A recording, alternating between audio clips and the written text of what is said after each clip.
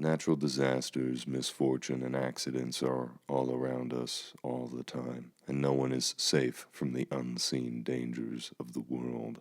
Whether it's a natural disaster, a catastrophic failure, or just a freak occurrence, death may be waiting around the corner for any of us, and the story was no different for those who came before. In this video, I'm going to briefly retell 3 tales of historical figures who narrowly avoided death under such circumstances. These are stories of people surviving accidents and natural disasters, so I won't be including any accounts of assassination attempts or stories of people who narrowly avoided acts of terror, for example.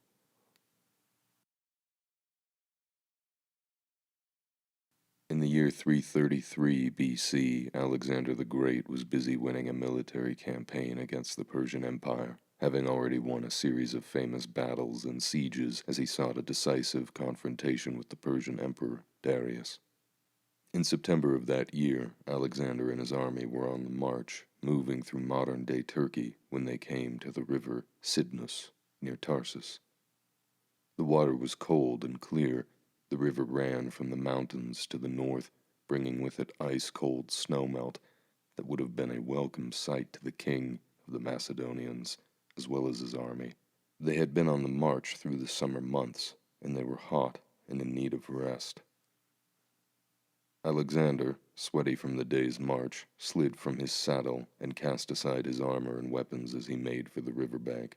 Without a second thought, the king of the Macedonians dove into the river, and that's when something happened. We don't know exactly what. It may have been that the icy cold water was a shock to Alexander's system, and he was stunned when he jumped in. Perhaps he was seized by a cramp in his muscles, or brain freeze so severe that he passed out. According to the historian Arrian, Alexander may have been suffering from a bout of illness at the time. In any case, when Alexander resurfaced after jumping into the water, he was pale, unmoving, and he may have been drowning as his body was slowly carried downstream by the current. In an instant, Alexander's friends and bodyguards were in the water, pulling their king to safety. In the following days, Alexander was gripped with a violent fever and terrible chills and sleeplessness. His limbs may have gone stiff, and he may have suffered from spasms. He was sick, but at least he wasn't dead. Had his friends not pulled him from the river when they did, Alexander the Great may have drowned before his empire was ever established. As it turned out, Alexander recovered from the mysterious ailment that struck him in the river Cydnus, and he would go on to continue his campaign against Darius and the Persians, although that is a different story for another time. For our story, though, it's curious to note how different history might have been if Alexander the Great had instead been Alexander the Drowned.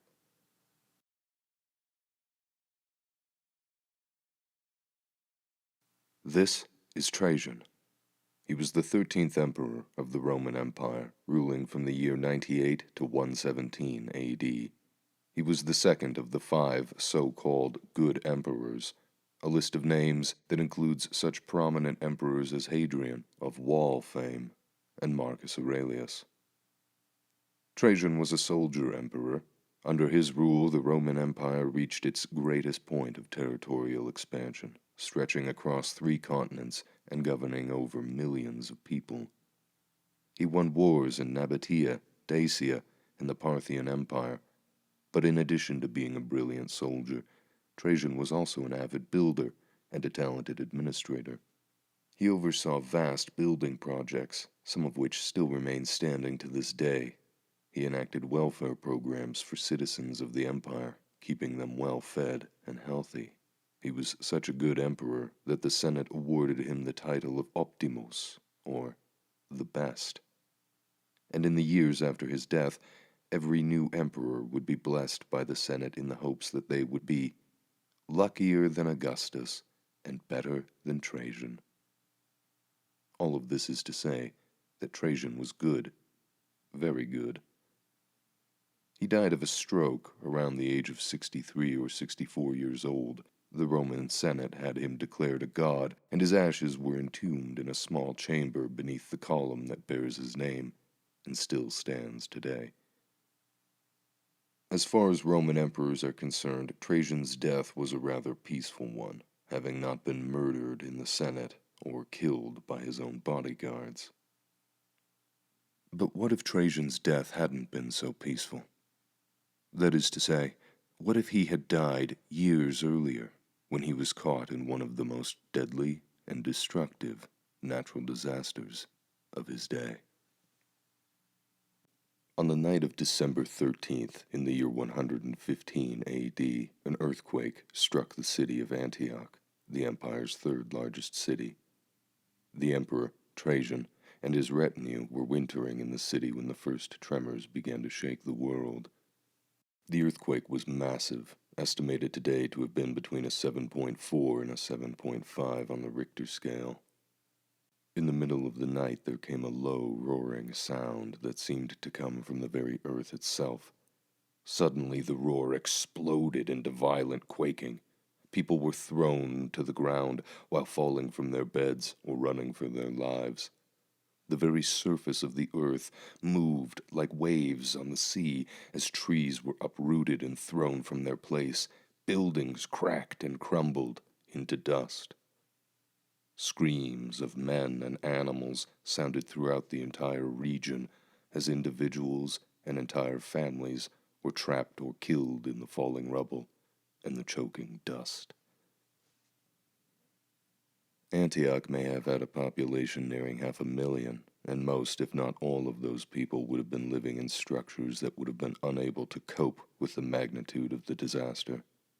Rich or poor, old or young, no one would have been safe from the indiscriminate carnage of the quake. Even the emperor was not safe. In his luxurious home, Trajan woke to the violent shaking of the earth. In the darkness, he may have noticed that the walls around him were cracking. The tiles of the floor were flying. The whole city sounded like one giant piece of shattering pottery. There was no time for Trajan to escape. Feeling the floor give way beneath him, the emperor would have been dropped into a world of dust and darkness, crumbling walls and falling debris as the structure of his home gave way. As the quaking in the earth ceased and the dust of the destroyed city began to settle, the Emperor Trajan would have heard the screams and cries of tens of thousands that were trapped and the other tens of thousands that were wounded. When the dust had cleared enough for the Emperor to see by, he navigated his way through the ruins of his home until he found the ruins of a window that he was able to crawl through and escape onto the streets, or what was left of the streets. The scene would have been unrecognizable to what it looked like only a few hours before. The roads, the buildings, the people, the trees, all had been leveled.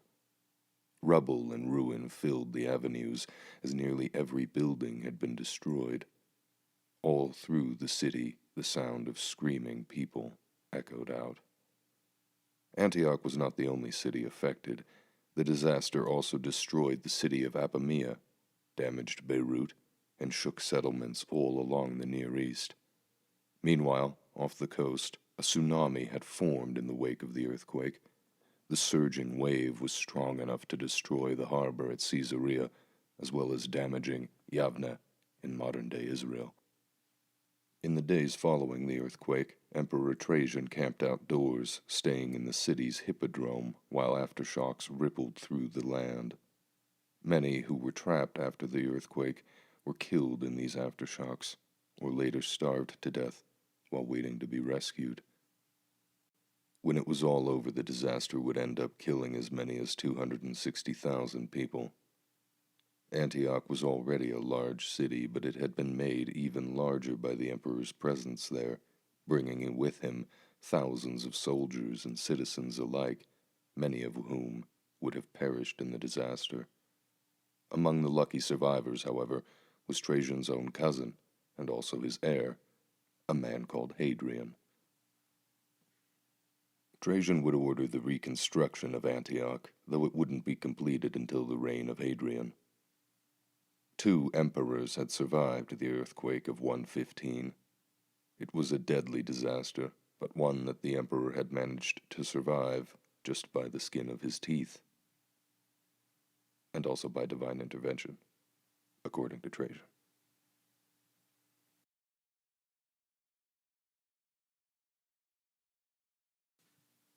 In September of the year 1331, King Edward III, then only 19 years old, and his wife, Queen Philippa of Hainault, were in Cheapside, attending one of the first tournaments of the young king's reign.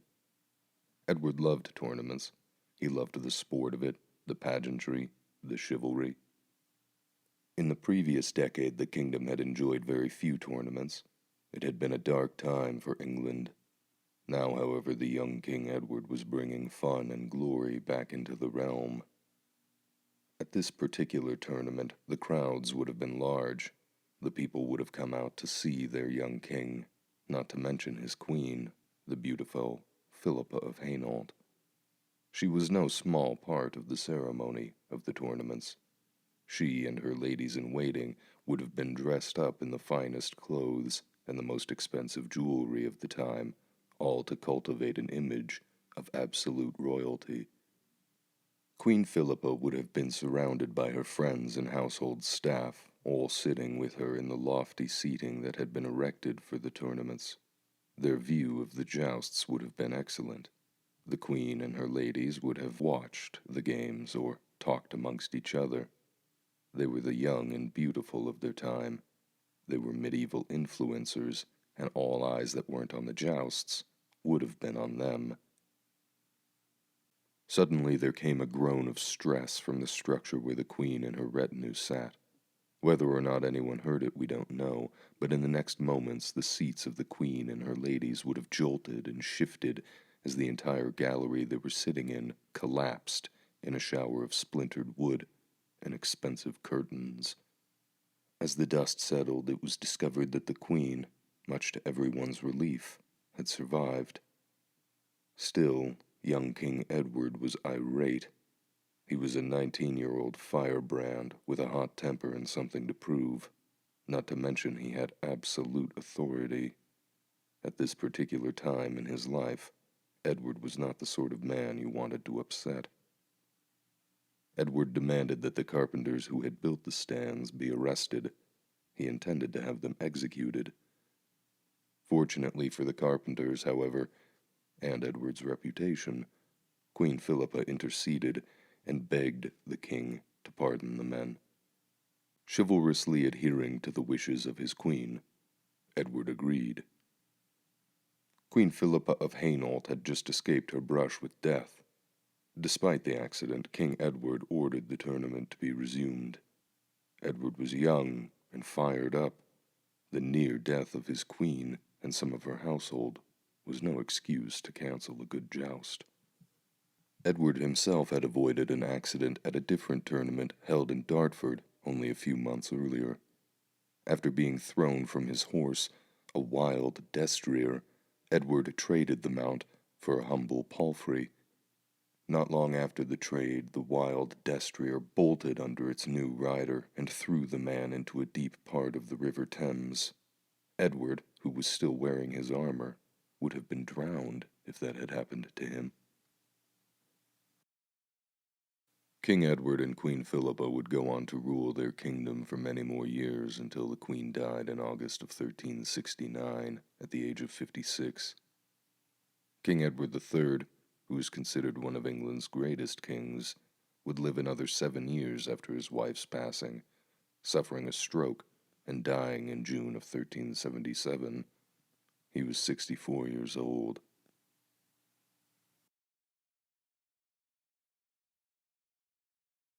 So there are 3 brief retellings of historical figures who had close calls with death. This is a topic that has always intrigued me when reading biographies of historical figures. What alternate histories might we have had if these events had claimed the lives of the people covered?